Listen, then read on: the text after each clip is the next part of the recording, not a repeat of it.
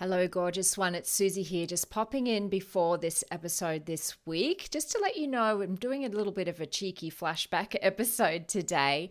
I have to be honest, the creative juices were not flowing when I sat down to do my recording. So I thought, you know what?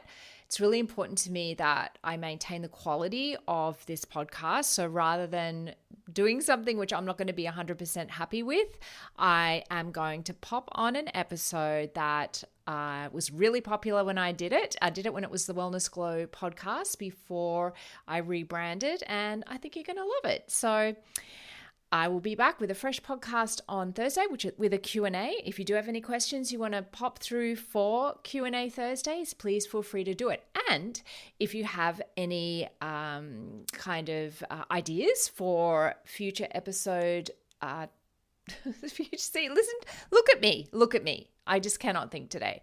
So yes, if you have any ideas for any future episodes, then please feel free to send them through at Susie Garden Wellness. You can message me, or if you're using the Spotify app, you can message me through that. Okay, have an awesome week. Hi, I'm Susie Garden, and this is the Ageless and Awesome podcast. I'm an age-defying naturopath and clinical nutritionist, and I'm here to bust myths around women's health and aging so that you can be ageless and awesome in your 40s, 50s, and beyond. The Ageless and Awesome podcast is dedicated to helping women through perimenopause and menopause with great health, a positive mindset, and outrageous confidence. Hit subscribe or follow now, and let's get started. Hello, gorgeous one, and welcome to this week's episode of the Wellness Glow podcast. I'm super happy to have you joining me this week as I talk about perimenopausal weight gain. This is the last in my series of weight and weight loss focused podcasts for a little while. So this one, I just wanted to cover off perimenopause, because one of the most common symptoms women experience once they reach their 40s, the dreaded perimenopausal weight gain, where the scale keeps shifting up even when you're eating the same amount as you normally do. Now, this doesn't happen for everybody, but it does happen for a lot of women, particularly the ones that I see in my clinic. But, although many women do see their weight go up, no matter what they do, this isn't inevitable. If you want to halt perimenopausal weight gain in its tracks and maintain a healthy body composition, then that's what this week's episode is all about. So let's start with discussing what causes this perimenopausal weight gain. So perimenopause, for those who aren't quite sure when that is, it starts or can start up to 10 years prior to menopause. Now, a lot of us don't actually know this. Menopause is defined as 12 months without a period, and perimenopause can be up to 10 years leading up to that time.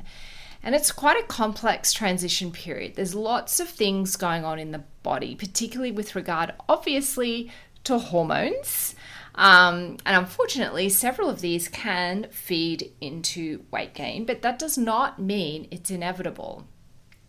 So let's talk about some of these kind of causes of perimenopausal weight gain. So the first one, you might be surprised at this one, but stress is a really common factor in perimenopausal weight gain. In fact, it's one of the major causes of weight issues in women, no matter what their age or their stage of life. But those in perimenopause are particularly vulnerable to the effects, as stress tolerance is lower during perimenopause because of the lowered progesterone. Progesterone is really calming to the brain and the nervous system, and it helps us cope with stress. So when we've got lowered progesterone, and we have stress going on in our lives, which obviously we all do, when you're constantly stressed, your body protects you by making it harder to lose weight. Remember, we are wired for survival. Storing more energy as body fat, and increasing appetite and cravings for sweet, energy-dense foods. And often the weight and the fat storage related to stress is around our waists, which is generally the opposite of what we want for many reasons. Of course, there's the aesthetic reason, but there's also the cardiovascular risk factor reason. You know, we know that pear shapes are much lower cardiovascular risk for events than the apple shape, which is when you store weight around your waist. And stress also puts additional pressure on other systems involved in weight maintenance and metabolism. Because of the cortisol that gets released, it interferes with our blood glucose metabolism. All sorts of stuff goes on in the body when we have stress. It's not just about how you physically feel and that mental stress that you feel. There's also lots and lots of things going on a biochemical level and a metabolic level, which doesn't really work in your favor the majority of the time. So stress management, super important, because, and you've probably heard me say this before, you cannot necessarily change the stressors that are going on in your life. You know, it's all very well to think, well, just change your job or just, change your living environment or whatever. We know it's not that easy. However, there are tools and tactics that you can use to help with supporting your own stress response. If you would like any information on that, please feel free to message me. That I do have some pretty cool resources that I can share with you. All right, so that's stress. Also, insulin resistance. So another big issue during perimenopause is the risk of developing insulin resistance. Insulin is our major fat storage hormone of the body. So once your body cells have taken the energy they need from the bloodstream, your insulin will direct the remaining energy to store as fat, right? But if your cells are resistant to insulin's messages, the majority of that glucose gets sent to be stored as body fat instead. So if you seem to put on weight, no matter how many calories you're eating, it's possible there may be a degree of insulin resistance, and your body's actually not utilizing the calories and is putting them away for later instead. And you may find things like feeling hungry all the time, even though you're eating, can be a symptom. Also, if you have a waist measurement, so if you to get a tape measure and measure your waist at the navel, if it's 100 centimeters or more, then that almost 100% of people with that kind of waist measurement will have a degree of insulin resistance. So that's a couple of ways that you can kind of tell is your symptoms: fatigue, feeling hungry, but also that waist measurement. And then if you know that you're carrying a degree of insulin resistance, that you need to do something about it, because this is getting into a pre-diabetic state. And believe me, you do not want to get diabetes. So really keep an eye on that. There's a couple of handy tips in there. All right, number 3, thyroid function. If you listened to the podcast last week, I talked about the fact that thyroid is your metabolism management gland, or your master gland, often it can be referred to. So when it's happy, your body will use a good amount of energy to keep all systems running smoothly. But during perimenopause, the thyroid is more vulnerable. In fact, autoimmune thyroid disease is more commonly diagnosed between 30 and 50 than at any other life stage. And there are a lot of reasons why, but the common factor in an underactive thyroid is stress.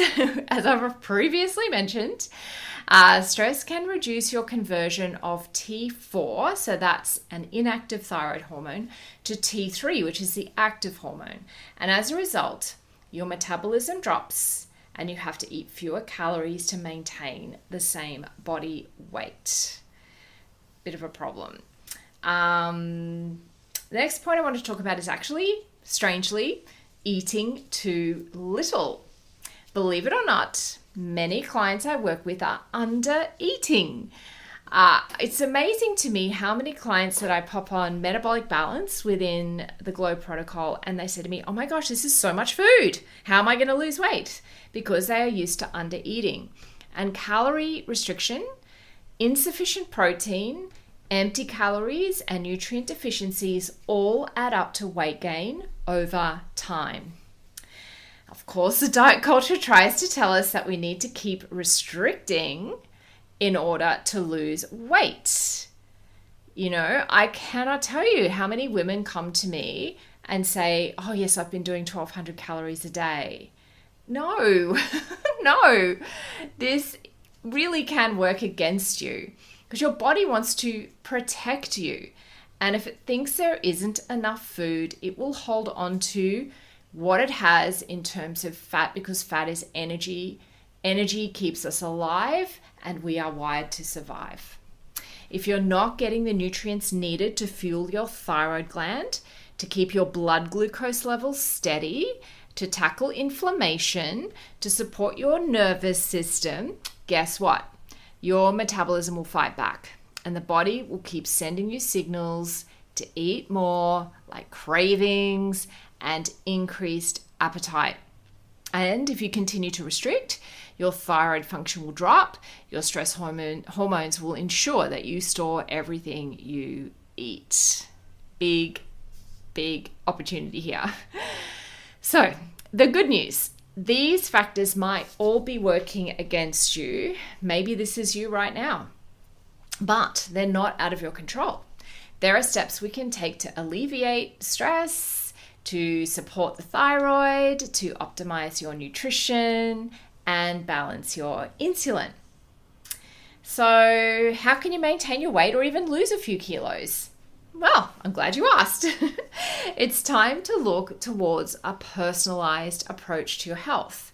And this allows you to not only release any extra weight, but also to feel energized, to lose the brain fog, to improve your sleep, to balance your hormones, and feel amazing in the process, not to mention getting your skin to glow. And when I help clients with this, we take a look at their nutrition, how their body processes different foods, if there are any nutrient deficiencies contributing to symptoms, how you move, sleep, and manage stress, what's going on with the gut health, and any underlying conditions that might need addressing. And then the weight loss almost becomes a secondary benefit. I often say to clients, the weight loss becomes a side effect of all of the changes that you're doing, because we're optimizing everything that feeds into weight gain, as long with all of your other symptoms. So if you're looking for a personalized plan, if you've decided that 2023 is going to be your year where you actually start to take the steps to optimize your health, to get the energy that you want, the sleep, feel amazing in your body, get the glowing skin, then hit me up at Susie Garden Wellness, or go to my website, check out what I do, and book in for your free pre-screening call to have a chat and make sure that this is the right time, the right program for you, and whether we're a good fit. Thanks so much for joining me today on the Ageless and Awesome podcast. If you liked today's episode, please make sure you click the little plus button if you're on Apple Podcasts, or the follow button if you're on Spotify, so that you can get each new episode delivered to you every single week. If you like free stuff, and who doesn't, then head over to susiegarden.com and grab my 8 essential age-defying secrets every woman over 40 should know right now. Or if you'd like to continue the discussion, head over to Instagram and DM me at Susie Garden Wellness. I'd love to connect with you.